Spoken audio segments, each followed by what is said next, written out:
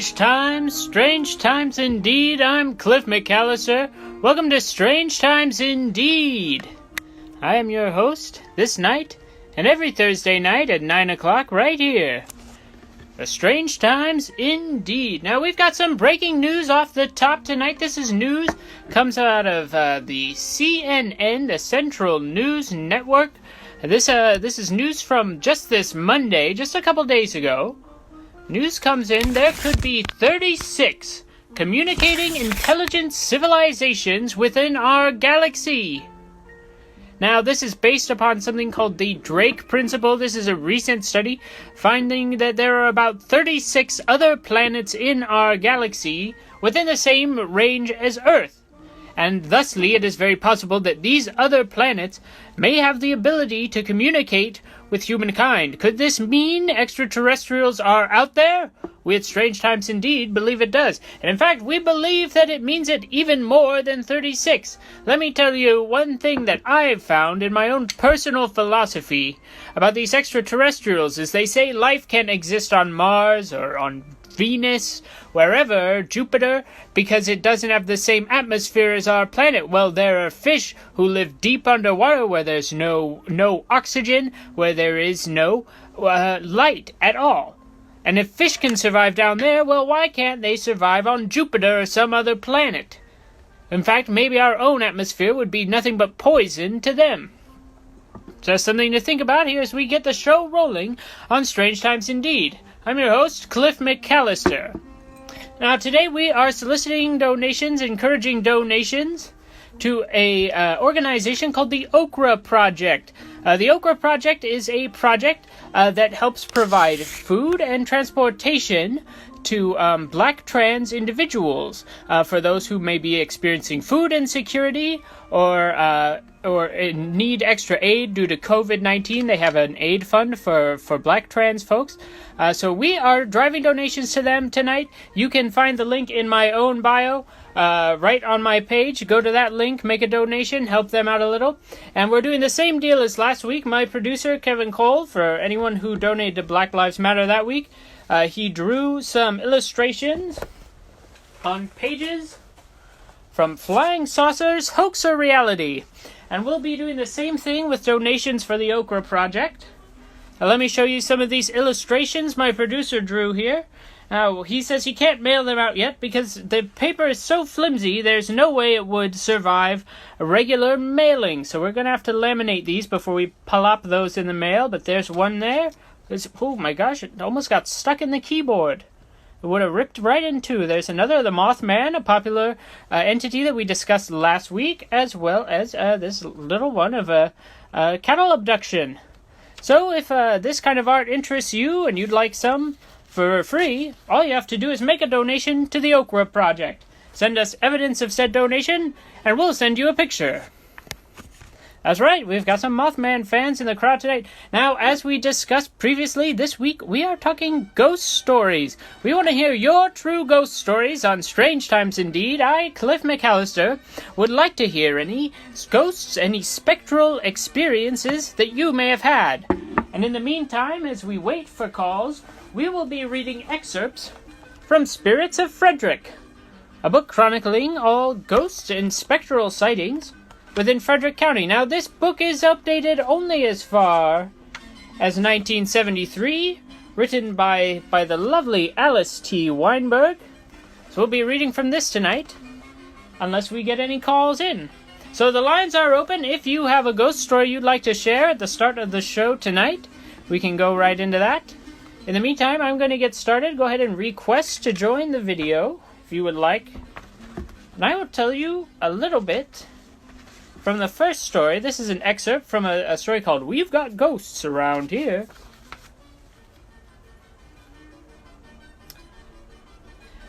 Clem tells another never-to-be-forgotten incident of his childhood. Scared the daylights out of me and my papa, he said. We've got one call in. I'll join that. Rich Del Grande, we will join you to the call once we finish this little teaser story here. So, Clem tells another never-to-be-forgotten incident of his childhood. Scared the daylights out of me and my papa, he said. He was in a buggy with his father one bleak, starless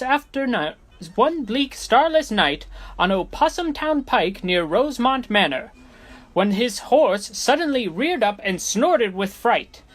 As his daddy jumped from the carriage to curb the mare, they both looked up and saw a coven of white forms hovering above the trees. Willowy images, faceless and footless, in all sizes, were buzzing and swirling about 30 feet overhead, like they were weaving in and out and darting here and there. I'll never forget that sight as long as I live. With arms upraised to ward off any attack, they quickly climbed back into the topless vehicle, and his father whipped the horse with the reins all the way home. Their story spread over Frederick the next day, and people who enjoy being scared to death have parked in the gloom of the trees in that deserted spot ever since. So, some frightening tales off of Opossum Town Pike. Any relation to the Weinberg Theater? Well, that's a good question. I'm not entirely certain if Alice T. Weinberg and the Weinberg Theater are related, though I do believe both are haunted to some degree. Now we're going to take in our first caller, Rich. That is his screen name, at least. And we are listening for Ghost Stories. Strange Times Indeed. Hello, this is Strange Times Indeed with Cliff McAllister. I'm Cliff McAllister. What is your name, sir? Oh, hello. My name is Rich Del Grande. Oh, hello. You have a ghost story for us tonight. Yes, I'm a long-time listener, first-time caller. Well, thank you for calling in, Rich. We're happy to have you here. Let's hear these ghost stories. All right, I got a small ghost story and then a longer ghost story. The small one happened when I was like 5th grade, and I was on a field trip at the Smith Center. Do you know where the Smith Center is in Maryland? Not offhand. It's where the kids go to like do outdoor education. Okay. And I was hanging out with my buddy, and we were listening to somebody give a presentation. And as 5th graders, we got a little bit bored, and we decided to wander off. And we looked. It was like a makeshift cabin, like a wood cabin. And this is in the woods, in the forest somewhere. Yeah, the whole thing's supposed to look like colonial era, colonial times. Okay. And so me and my friend wandered off. We were looking around, and then we looked up into the second floor of the cabin, which I would assume would normally have maybe storage or somebody's maybe hangs out up there. We looked up and we saw what to us appeared to be a Native American ghost staring down back at us from the top of the cabin. Wow! On the roof. No, like the second floor. There was like a little ladder that takes you up to the top, and he was very intimidating, like a big figure with his arms crossed, and he was looking down at us, and we were like, who? Like we looked at each other, like we both saw the guy, and we were like, nobody's gonna put like a mannequin there, like it was a real figure. And what made it seem spectral to you? Just that it was out of place, or? Yeah, a little out of place, a little like off color, but it was very like distinctive kind of features, and like the look on the guy's face was like a very scary look. And it was obviously not like a roadside attraction, not like a big fiberglass man up there. Yeah, I don't think it was pretend. I don't know why they would have like that good looking of a fiberglass guy in like 1992, something like that. So we were both pretty scared. We were both like looking at each other, and then we both kind of like backed away, hoping to just kind of go like the guy's like, "Hey man, like, get out of here, go back to your group," kind of thing. So do you believe that this cabin belonged to the Smith Center? You said it was. Yeah, it's in I think it's near like Rockville, Maryland. Right. You think? But I think it's their cabin. I think so, or like maybe it was the property used to like belong to the Native Americans, or they used to live there, and maybe the property was taken from them without their permission, kind of thing. Curious. So that was a pretty, and like to this day, me and my friend will like bring it up, and like we both remember it like the same way. It's pretty spooky. That's interesting. And have you ever thought about revisiting this cabin? Have you ever thought about going back to the Smith Center and seeing if you could find it? Yeah, well, so where I work, at the daycare where I work, I take the kids there, not to the cabin itself, but to the property that's near the cabin. And every time I go there, I'm like, I wonder if I could like go and visit the cabin. But I think there's always like classes and things going on there.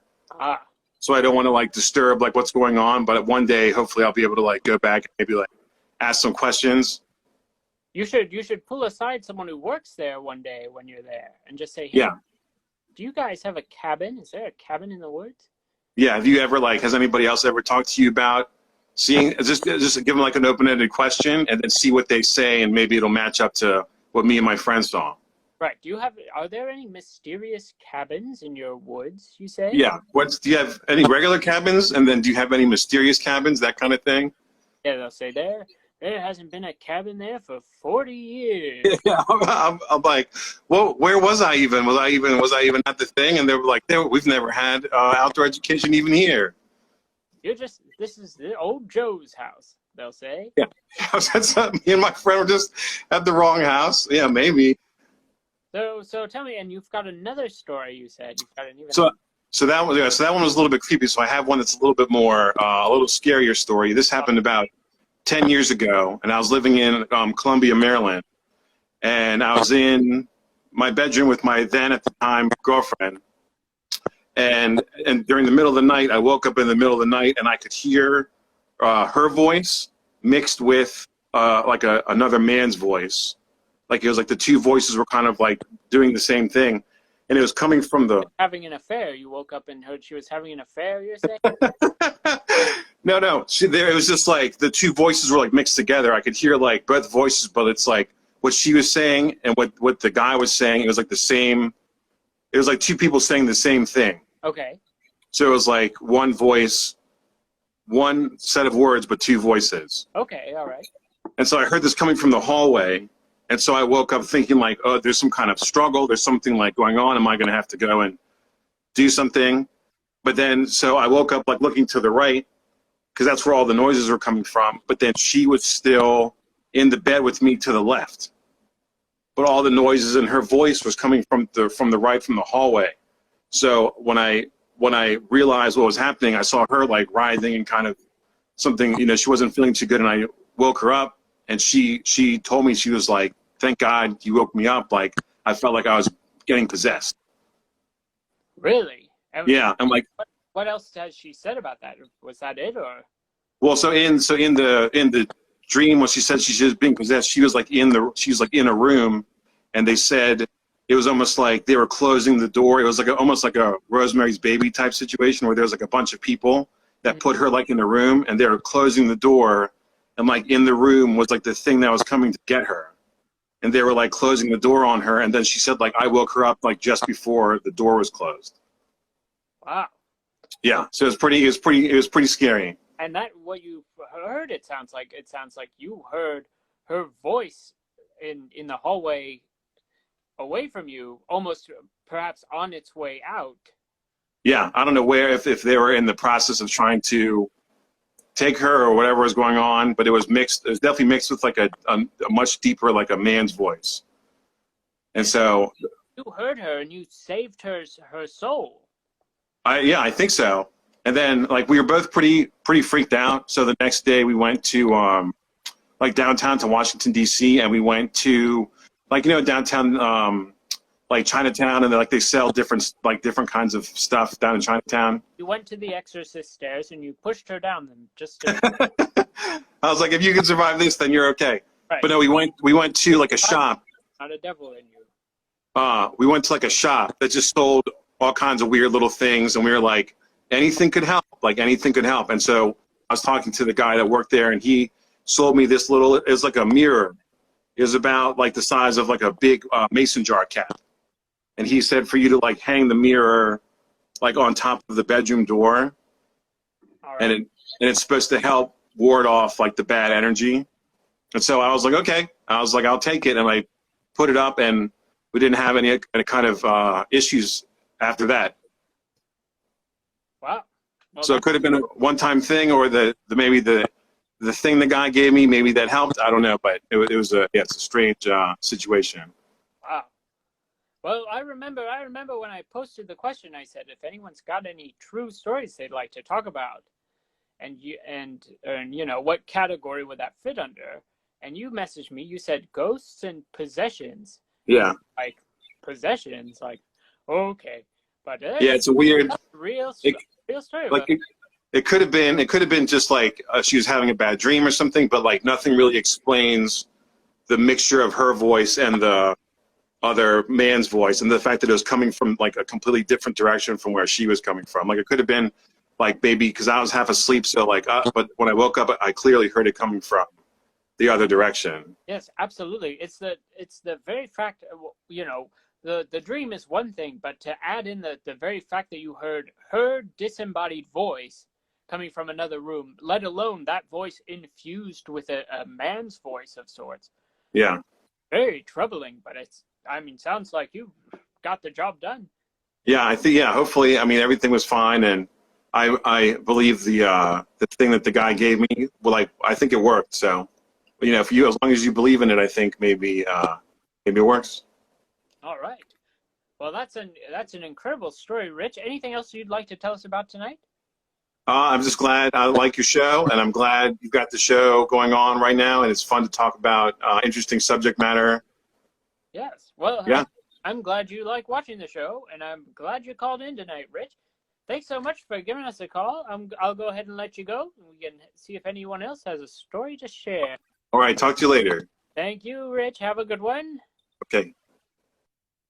You're watching Stir.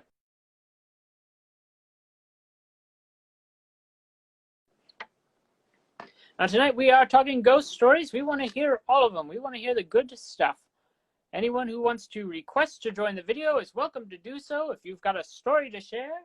In the meantime, we'll be reading excerpts from Spirits of Frederick here on Strange Times Indeed with Cliff McAllister. So anyone with a true ghost story, feel free to call in and share that. We've already heard a tale of a haunting and a possession. Incredible stuff. And a reminder, we are driving donations tonight for the Okra Project. They help provide food and transportation to Black trans individuals who are going through food insecurity or tough times during the coronavirus. So the donate message, the donate button for that is in my bio. Go click that, make a donation, send evidence of said donation to us, and our producer, Kevin Cole, will draw you some sort of odd drawing on a page from Flying Saucers, Hoax or Reality, and we'll mail that free art to you. All you got to do is support the Okra Project at any amount. Any amount is good. Now let me pull up a fresh story here and get the music going again. This is Strange Times Indeed. I'm your host, Cliff McAllister. Now, growing up as a child, I, like our friend Rich, who went on a field trip to the Smith Center, I once went on a field trip to a place called Rose Hill Manor. Now, Rose Hill Manor is a very notable and strange place. As we noted in the first story we were reading, a strange cacophony of spirits flying 30 feet above the ground, sighted right by Rose Hill Manor. Now, here is a story called Disappearing Acts. I will read this, and if you have a true ghost story to share, go ahead and request to join the video, and I will add you in once we finish this tale.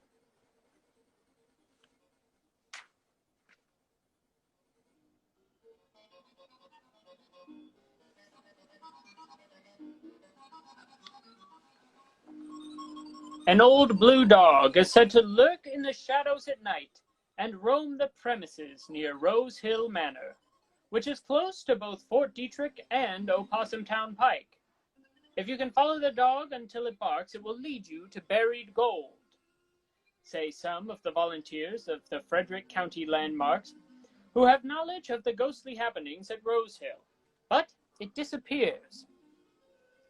A replica of the ghost dog, a blue ceramic Great Dane made by Mrs. William B. Lebhers of Rose Hill, disappears too, and when it is located in some unlikely place on the property and put back on display, it disappears again. These stories proved so interesting to tourists that Rose Hill decided to sell samplers patterned after the ghost dog. 5 copies of the designer print were let out to be worked on to the convent in Michigan, and 3 returned with the dogs cross-stitched in blue.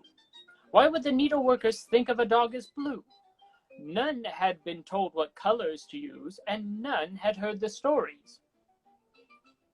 At the moment, the ceramic dog is missing again, but the haunting continues. Ghosts whispering of things past, seem to be ever present at Rose Hill. Built in the mid-18th century, this grand mansion was home of Thomas Johnson, the first governor of Maryland, the last 20 years of his life. The people of the county considered it a hard-luck house, where crops failed, marriages fell apart, and unhappiness prevailed. Once seedy and forlorn, Rose Hill is now owned by the county and maintained by the Parks and Recreation Commission. It is a children's museum, a beehive of activity. Refurbished through the efforts of landmarks, volunteers are there day after day in old-fashioned costumes demonstrating cooking on an open hearth and other arts and crafts of early American life. Quite a few of these volunteers will admit to hearing sounds and voices they cannot account for. They tell of one night when a pretty guide in an antebellum dress was showing the house by candlelight. All was serene and beautiful. The polished glass and brass and antiques were sparkling in the firelight. And then a guest vanished. 7 persons had started the last tour of the evening, laughing and talking and peeking into old cupboards, but only 6 gathered to say goodbye. One woman, who seemed to know more about the history of the house than the young hostess, was missing. The bright lights were turned on inside and out, and while some visitors stayed close together in the front hall, others searched every room and closet of Rose Hill. They revisited the attic and cellar and barns, and even the old stone spring house, with slits in the thick walls for shotguns, and a secret trapdoor leading to a hiding place under the floor. But no one found the 7th guest. Like the blue dog, she too disappeared. It was she who whispered to the others that long ago a young girl with the vapors, for her missing in action soldier boy, had killed herself by jumping out a window, and that there was a patch of white on the lawn that looked like crumpled crinolines.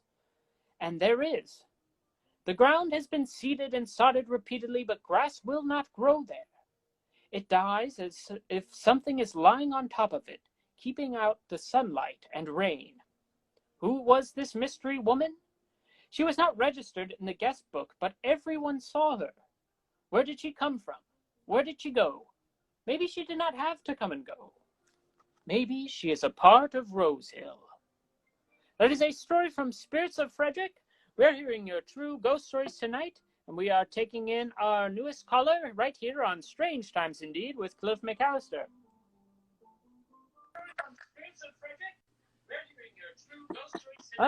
Thank you for calling Strange Times Indeed with Cliff McAllister. I'm Cliff McAllister, and who, may I ask, are you? Hi, Cliff. It's a pleasure to finally meet you. I'm your producer, Kevin Cole's father. Oh, well, nice to speak to you, sir. And do you have a ghost story to share with us tonight? I hold on a second. Kevin's mother has her iPad on, and there's an echo.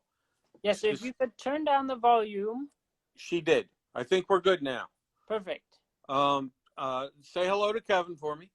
I will. Yes, I do have a story. I don't think it can top the possession of an ex-girlfriend story of Mr. Del Grande. It's a very powerful story right out of the gate. Who knew we'd be opening that strong tonight on Strange? I was impressed. No, I've never seen a ghost, but I have heard a ghost. All right. Actually, I've heard a ghost band. Mm-hmm. I working over at my church here in Mount Airy late one night years and years ago. I was making some copies for the musicians there at the church, and I heard music playing, and I thought, well, somebody's downstairs listening to a radio or something. So I went to the stairwell where I heard the music coming from, and went downstairs, and nobody was there. So I came back upstairs, and I still heard the music. So I thought, okay, the people next door must be having a party. So I opened the door to the side of the church there, but it was silent outside. And that has happened to me on several occasions late at night at the church. There is a ghost band that lives in the basement of Calvary United Methodist Church in Mount Airy. Oh, very curious. Well, perhaps we'll have to do a show from there one night. Ooh, late one night. That would be interesting. And interestingly, it's a bluegrass band. All right. That is interesting. Guitars and banjos, yes. So that's my ghost story. Again, not as exciting as a possessed girlfriend, but, not bad. And this is an old church, you say? It's a very old church. Big, old, kind of Gothic stone structure on Main Street in Mount Airy. And let's say, do you happen to know how far back bluegrass music goes? I do not. I'm guessing probably to the 1940s or 50s. It was invented, though, in Bristol, Virginia / Tennessee, right on the Virginia-Tennessee border. Bristol, Virginia is the ancestral home of bluegrass music. Good to know. Hold on. Oh, I've choked you up. Sometimes it goes down the wrong hole, Are you okay, Cliff? Yes, you. Wouldn't that be an ending to this episode? Were I to become... Cut short. Here's a question from the comments. Magic Scarfs asks, have you ever tried to record this music? I have not. This was so long ago, it would have been back when I had, if I even had a cell phone, it would have been an old flip phone.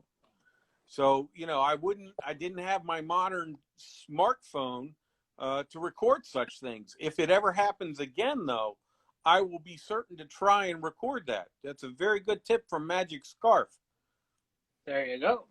And I wonder, perhaps in the meantime, it would be beneficial to step away and research any local bluegrass bands as early back as they can go. Check the old microfiche for any bluegrass bus accidents or something. I'll see what I can find out. I'll Google that after I get off the air here. All right. Well, do you have anything else you'd like to talk about tonight? No, that'll do it. Just wanted to say hello. Finally, nice to meet you, Cliff. Well, nice to meet you too. Well, hopefully you'll call back again one day. There we go. Take care. All right. Live long and prosper. This is Strange Times Indeed with Cliff McAllister. How do you like that? Live long and prosper. It's a new phrase I just thought of. I'm trying it out. Tonight we are hearing ghost stories from across the country. We've heard tales of possessions, tales of ghost bands. Anyone with a ghost story is welcome to call in. Until then, we've got more selections from Spirits of Frederick by Alice T. Weinberg. Seeing some love in the comments for Spirits of Frederick. All right, let's see. Let's pick out a good one here.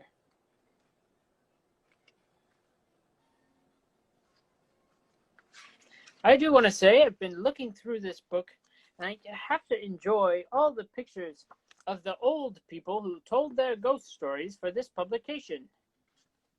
The first man, Clem, looks like he's the original dirty grandpa, or bad grandpa, whichever one was Johnny Knoxville. Not the one that was, what's his name? Robert De Niro. Hard to keep the dirty grandpas straight.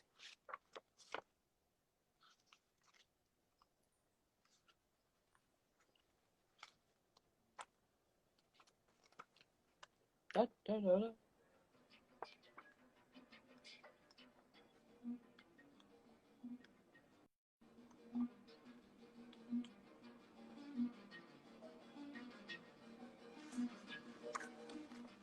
College Ghosts. "If the happenings here are not supernatural, they are certainly out of the ordinary," wrote one of Dr. Marie Campbell's folklore students at Mount St. Mary's College in Emmitsburg. Two 1973 seniors wrote that a priest told them he heard strange noises in his room at night, that when he left the room tidy and locked, it would be disheveled upon his return, the bed torn apart, books and papers scattered on the floor. The priest said he thought that his boys were playing pranks on him, but then his light started blinking spasmodically, and his television blasted out at odd times of the day and night. Even when he was in the room, this happened, when he was sure he had turned everything off. When he could take the harassment no longer, he left the college, a puzzled man. Another priest who lived in that same room with his pet cat agreed that there was definitely a frightening force of some kind there. The students write that this priest said he would be reading and meditating, his cat playing nearby, when suddenly, for no reason, the cat would freeze in her tracks, stare at the door, and bolt under his cot. Lifting his cassock, he would get down on his knees and reach for the scared animal, only to have her spit and claw at him wildly. This happened several times until he moved to another part of the dorm. The room is no longer occupied, according to student papers. We're telling ghost stories tonight on Strange Times Indeed. If you have a true ghost story to share, please call in. We would love to hear it.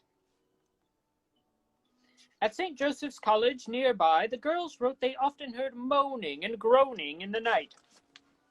One wrote that some had seen the image of Mother Seton gliding along the halls in her nun's habit, accompanied by a man carrying a doctor's bag.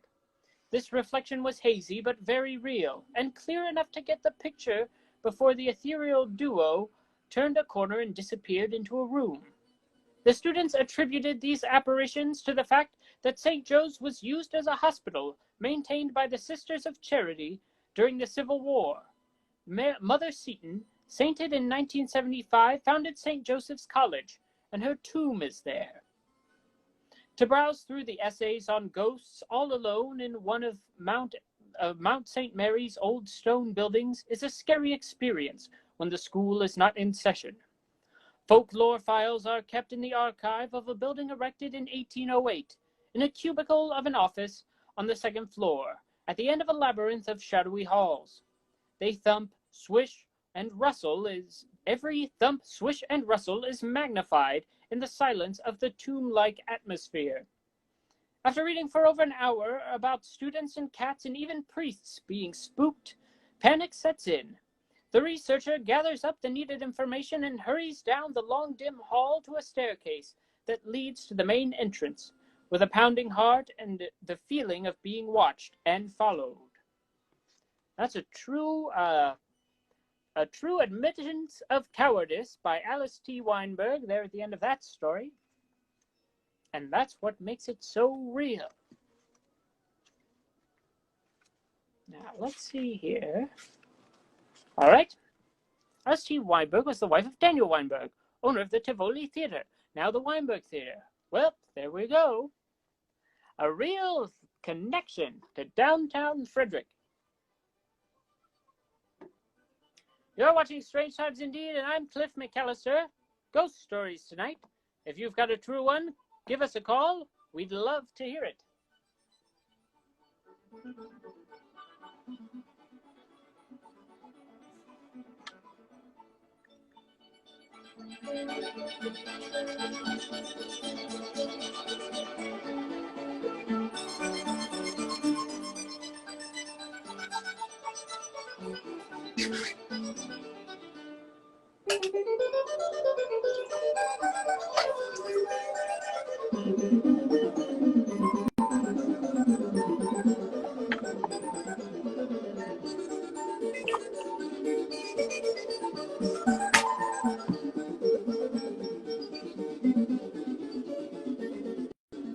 Strange Times Indeed. I'm Cliff McAllister. Ghost stories tonight. Your true ghost stories. Give us a call anytime. We are listening for ghost tales. We're also taking donations to the Okra Project, We're not taking them personally, but encouraging you to visit the link in our profile. Go ahead and give that a click. If you send us evidence of said donation, we'll send you some artwork. The Okra Project is a project that aims to provide food and transportation to food insecure Black trans individuals. They also have a COVID aid relief fund to help that community out. So if you could help them out, that would be incredible. Go ahead and make a donation. Send us evidence of doing such things, and we'll send you some artwork. For now, it's Ghost Stories on Strange Times Indeed. This episode almost became a ghost story when you were having a cough. That's very true. Here's this quick recap. We've heard the tale of a man's ex-girlfriend possessed, and then saved. We've heard about ghost bands. I've read a few stories. And I almost became a ghost during a call. Have you ever visited Roarsville, home of the supposed Blair Witch? I have not visited it. Have you visited it in the comments? If you visited it, if you met the Blair Witch, give us a call, let us know. Otherwise, we are listening in for your true ghost stories here on Strange Times Indeed. This next excerpt from Spirits of Frederick is called Tombstone Mystery. Some have said, there's a tombstone that bleeds in a cemetery in Thurmont, but they cannot say exactly where the old gravestone is located or describe the stone. The horrible story behind this rumor is that a stranger met with a terrible accident on a road nearby many years ago, was pronounced dead and buried as soon as possible because of the condition of the body. Later, people had reason to believe the man was not dead when they buried him. A splotch of blood appeared mysteriously on his simple marker. The fresh, wet blood appeared on the anniversary of the day they had put the body in the ground. Supposition was that the entombed man, if buried alive, must have bled to death trying to claw and scratch his way out of his hastily made pine box. One curious person chipped away at the dark brown blob and had a sample analyzed. It proved to be human blood as suspected. If it wasn't seeping from the corpse, whose blood was it? A careless gravekeeper's? A prankster's? Was the whole story a hoax? No one admits to knowing anything about the incident anymore. No one came looking for the stranger. No one remembers the particulars, and no records were kept. But once upon a time, some have said there was a tombstone that bled once a year in Thurmont. This is Strange Times Indeed. I'm Cliff McAllister. We're talking ghost stories tonight. We're listening in for your true ghost story, so if you've experienced a haunting, a specter, an apparition, give us a call. We'd love to hear about it. In the meantime, we are reading excerpts from Spirits of Frederick to uncover some of the only local hauntings that we know of. As recorded by Alice T. Weinberg, heiress to the Weinberg fortune.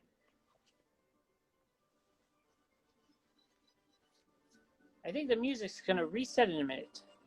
So let's get that rolling, and then we'll read another story from Spirits of Frederick.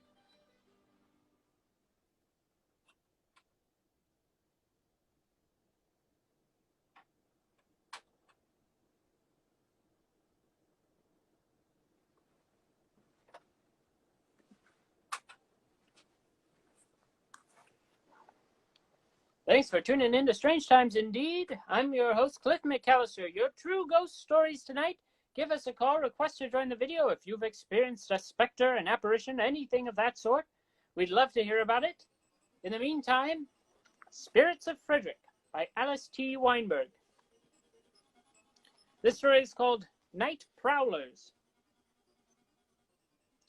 A man living on a farm near Walkersville years ago rode his horse into the center of the community every evening to take his seat on the liar's bench in the front of the country store. He had to ride past an old church graveyard, and if it was dark, his horse would become frightened at a certain spot and balk and shy off the road. The farmer decided he had had enough of this foolishness, so one night he forced the horse to stay on the well-worn path. Midway past the cemetery, the night rider suddenly felt something plop down behind him and press hard on his head. The horse sputtered wildly forward at breakneck speed, while the man, as scared as the animal, held onto its mane like Sleepy Hollow's Ichabod Crane, fleeing the headless horseman. Home at last, man and beast drenched with sweat and trembling, the farmer decided not to tell of his awesome experience, knowing his family would only say, "Drunk again." But when he sat down to breakfast the next morning, his grandmother noticed the change in him immediately and fainted. His black hair was now crowned with a white handprint for the rest of his days. Rondo Legore, a dapper member of the old Walkersville family, a raconteur, tells the story about the farmer and the following story as they were told to him. A very old lady, a neighbor, died without ever having been photographed in her life, so hasty arrangements were made to have her picture taken in her casket to put in the family Bible. Years later, a child given the book to keep him quiet at a family gathering let out a piercing yell. On looking in the album, the children's parents found that the features on the photograph of the dead woman had disintegrated as they would in the grave. The only picture they had of great-grandmother was a skull and bones, according to Ron. Another family returned from the funeral of a beloved mother to see her reflection in a mirror looking over their shoulders. "I can tell you something that happened to me personally," said Lenore. "I didn't see anything, but I sure heard something, and my dog did too. You know, in the mid-1800s, horses were the only means of transportation in the country. If you wanted people to work for you, you provided food and lodging. At Legore Lime Kiln, the family had a large house, a barracks for the hired hands, and a huge barn. Itinerants who worked in the plant lived in the barracks and ate at the big house. These people did not stay in one place long. There were any number of them roaming the countryside at that time, working a while, then going on, sometimes returning for a meal. Years later, the family moved into another house, and the barracks were torn down. Then we began to have visitations at night.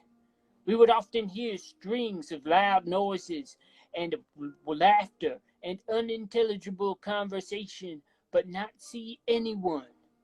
On several occasions, my stepmother told me she saw smoke rings come through the open door of her bedroom, and she smelled a certain type of stale cologne she couldn't place.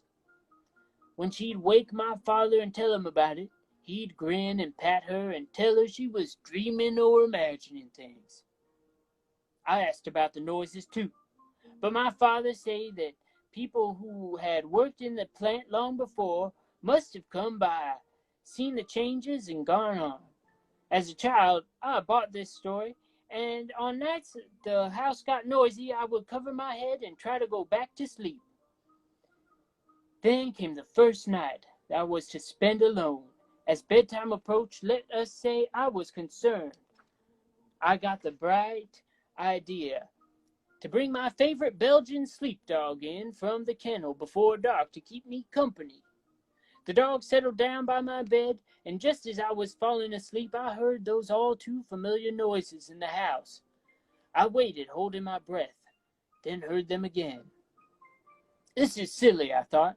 If there really was someone in the house, that big watchdog by my bed would be raising Cain. And I turned and put my hand down to touch the dog, but he wasn't there. Then I saw him in the moonlight over by the door, standing like he was petrified. His eyes were glassy. His tail was between his legs, but every hair on his back was standing straight up. That was my first indication that the noises were not natural. Legore remembers his own mother would never stay in the house alone, day or night. She wasn't afraid of squirrels or in the attic or rats in the barn or snakes, or bats, or bums. But she was afraid of something she couldn't explain. I left for college the day after my frightening experience, fortunately, Ron continued, and that house was torn down when the road was improved, so that was the end of that. He said he never discussed it with his father. It dawned on him that his father had always known what he knew. They had ghosts. And this is a picture of the young man scared out of his wits by his own admittance. We're hearing your true ghost stories tonight on Strange Times Indeed with Cliff McAllister. I'm your host, Cliff McAllister, so go ahead and give us a call if you've experienced a spectral entity of any sort, any strange happening, any strange occurrence. Go ahead and give us a call. We'd love to hear it. In the meantime, we are driving donations to the Okra Project. The Okra Project is a organization that helps provide food and transportation to Black trans individuals. If you make a donation to this organization, go ahead and send us an image of your receipt. You don't have to show how much you gave. You can cover that up if you want. And our producer, Kevin Cole, he will draw you an illustration on the pages of Flying Saucers, Hoax or Reality, and he will mail that to you. Now, we started doing this last week in support of Black Lives Matter, and here are some of the illustrations that came from it. We can't mail them off quite yet because the paper is so brittle, it's so flimsy, that we need to laminate it just to protect the artwork. So here's a peek at some of the art that we have that are being mailed out to people who donated last week. This week, we are accepting donations to the Okra Project, so go ahead and support them and let us know about it. And we'll send you some art as a thank you for supporting people who need our help. Strange Times Indeed, I'm your host, Cliff McAllister. Ghost stories tonight. Excerpts from Spirits of Frederick, but if you have a true ghost story, please give us a call. We would love to hear from you and hear about your experience. So go ahead, think on those. Call in if you've got something to share, and I'll pick out the next story.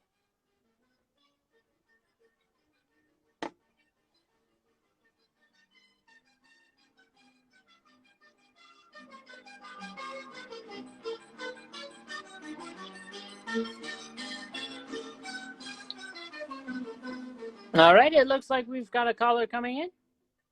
This is Strange Times Indeed with Cliff McAllister.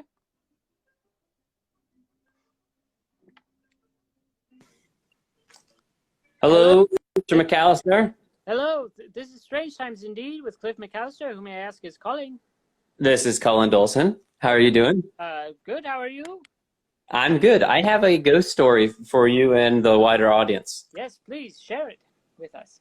I was at a cabin out in Shenandoah Mountain that I knew from reading ahead of time was fully haunted. Okay. It was a cabin called Corbin Cabin, made in the 1800s. And a woman had died there, the wife of Corbin, and in childbirth. And she was said to be a very kind ghost that watched over people. And of course, I knew this with the other trip leader, and we didn't really think much of it because ghosts we didn't think were real. But then we were so frustrated because we'd come all this way and we'd forgotten butter.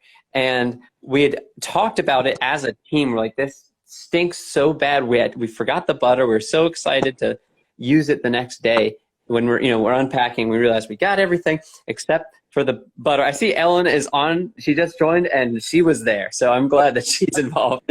Witness, that's good. So she can back me up here. We woke up the next morning. Snow had fallen. Okay. We looked out the back door. On top of the snow, probably 30 feet from the house, was a stick of butter, unwrapped, an unwrapped full stick of butter. Just sitting in the snow. Ghost butter, some would say. Did you consume the spectral butter? I believe we did. Incredible. I don't know what that did to me as a person. Right. Oh, another part of this is that we were freaked out by that. And then we were like, okay. So, it was all coming out that maybe this thing was haunted. And my friend Cameron said, I saw something. And we're like, okay. And we made him leave the room because clearly haunted. And then we read out loud the description of this woman. So we'd all knew. We asked Cameron to come back in, and he described her to the teeth. No way. Yeah. Mom is incredulous right now. How would you describe this woman? The first word that comes to mind is matronly. She had long, others are. right? Long, dark hair. I guess what you would imagine as like an 1800s settler's dress. Yes. And yeah, Alex was there too. Alex knows. Dang, all the people are joining who were there. And Alex, remember Ghost Butter? Yeah. I can't believe you've had ghost butter. And so you and your friends consumed the ghost butter, left to you by this woman who had died in childbirth at this cabin. Correct.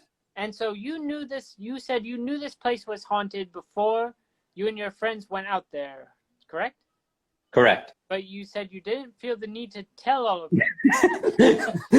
Yes, correct. I mean, we didn't want to scare anyone away from a good time. Okay.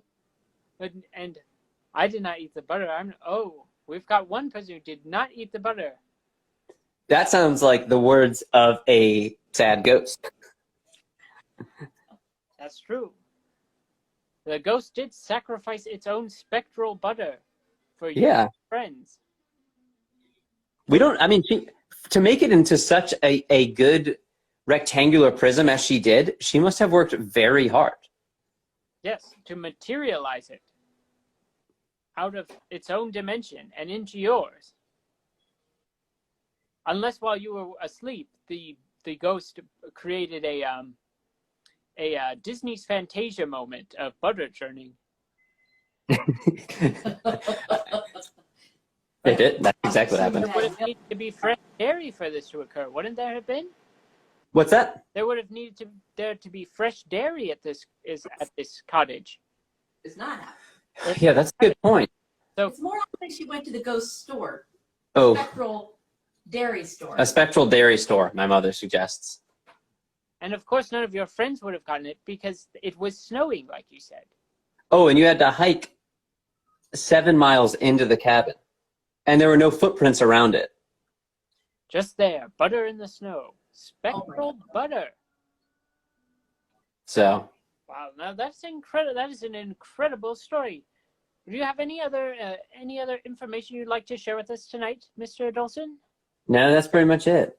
No, but there's a cat laying in a really cute way. Oh yeah, I do have some cute cats. All right, let's show the people the cats. Rosie. Hello. Look at that one. What a start. She's also a ghost. She's not a ghost cat. Cats can see ghosts, it's true. Well, some would say that we all become a cat after our own death. Cats have 9 lives and you only have 1. At the end of yours, perhaps you become a cat. And then you get to live 9 more times, which brings you to an even 10. Makes sense? Wow! That's some logic I can get down with. That's why we have 10 fingers. All about the even 10. That's why we have 10 fingers. Wow, the origin story. Anything else you'd like to share with us tonight, Cullen? That's it. I appreciate your time. I appreciate yours. Thanks for calling in to Strange Times Indeed with Cliff McAllister. Thank you, Mr. McAllister. Thank you. That's right. This is Strange Times Indeed with Cliff McAllister. I'm your host, Cliff McAllister. We've got about 5 minutes left in the program, which means it's really like the last call for any of your true ghost stories. So feel free to give us a call with those if you've got one. I'll see if I can pick out one more story from here, though I really read the good ones of what I read earlier this week.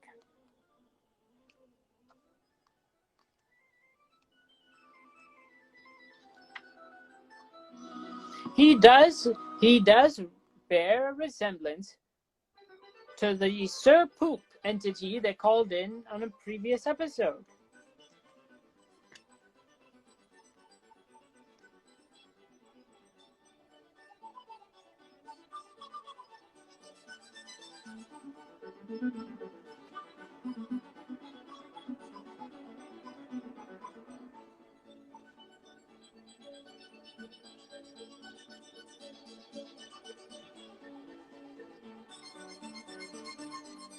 Here we go. To wrap things up, since there do not seem to be any final callers, a pleasant story. Not all ghost stories are scary. There is a beautiful one that bears repeating about Larry and his flute. This story is retold every Christmas, even by the area newspapers. Grown-ups living in the foothills of the Blue Mountains were told it when they were children, and now they tell it to their children at least once a year. Larry was born in those mountains. His father, Dr. Henry Caspar Dielman, from Frankfurt on Main, Germany, a noted musician and composer in his native land, was appointed professor of music at Mount St. Mary's College. There he wrote the special music for the elaborate inaugural ball of President Martin Van Buren in 1837, and then Larry grew up with the music in his heart. He could play several musical instruments, but the flute was his father's favorite. Larry's best beloved melody was a Christmas hymn written by his father, "With Glory Lit the Midnight Air," a selection that had become part of the repertoire at the Mount and in many churches and homes in Frederick County. Larry's father died in 1882 and was buried in St. Anthony's Cemetery in Emmitsburg. And as the years went by, Larry grew old and gaunt, but every Christmas for 40 years he climbed the steep hill to where his father was buried to play the flute. Many of the townsfolk followed him to the graveyard in their boots and colorful stocking caps, their scarves and coat-tails whipping gaily in the chill wind, and all agreed that it was an uplifting experience. The music floated over the glistening snow-covered mountains as it was coming from another world, as if it was coming from another world. But one Christmas morning, the flute was silent. The people went looking for Larry and climbed the hill in the snowstorm to find him sitting on his father's grave, too tired and weak to play. They tenderly put him on a child's sled and pulled him down the hill to his cottage, where he died of pneumonia at 76. That was in 1923. None of the people of the area have said they have seen Larry's ghost, but many have said they still hear his flute in the crisp, cold air of the mountains near Emmitsburg at Christmas time. A final ghost story for us tonight on Strange Times Indeed with Cliff McAllister. Thank you so much for everyone who joined us this evening for a tale of ghost stories. Please remember to consider making a donation to the Okra Project. Go ahead and share your receipt of that with us. Doesn't matter how much, and our producer Kevin Cole will draw you something supernatural upon the pages of Flying Saucers, Hoax or Reality. This has been Strange Times Indeed with Cliff McAllister. We heard stories tonight of possessions, of spectral hauntings, of ghost bands, of spectral butter consumed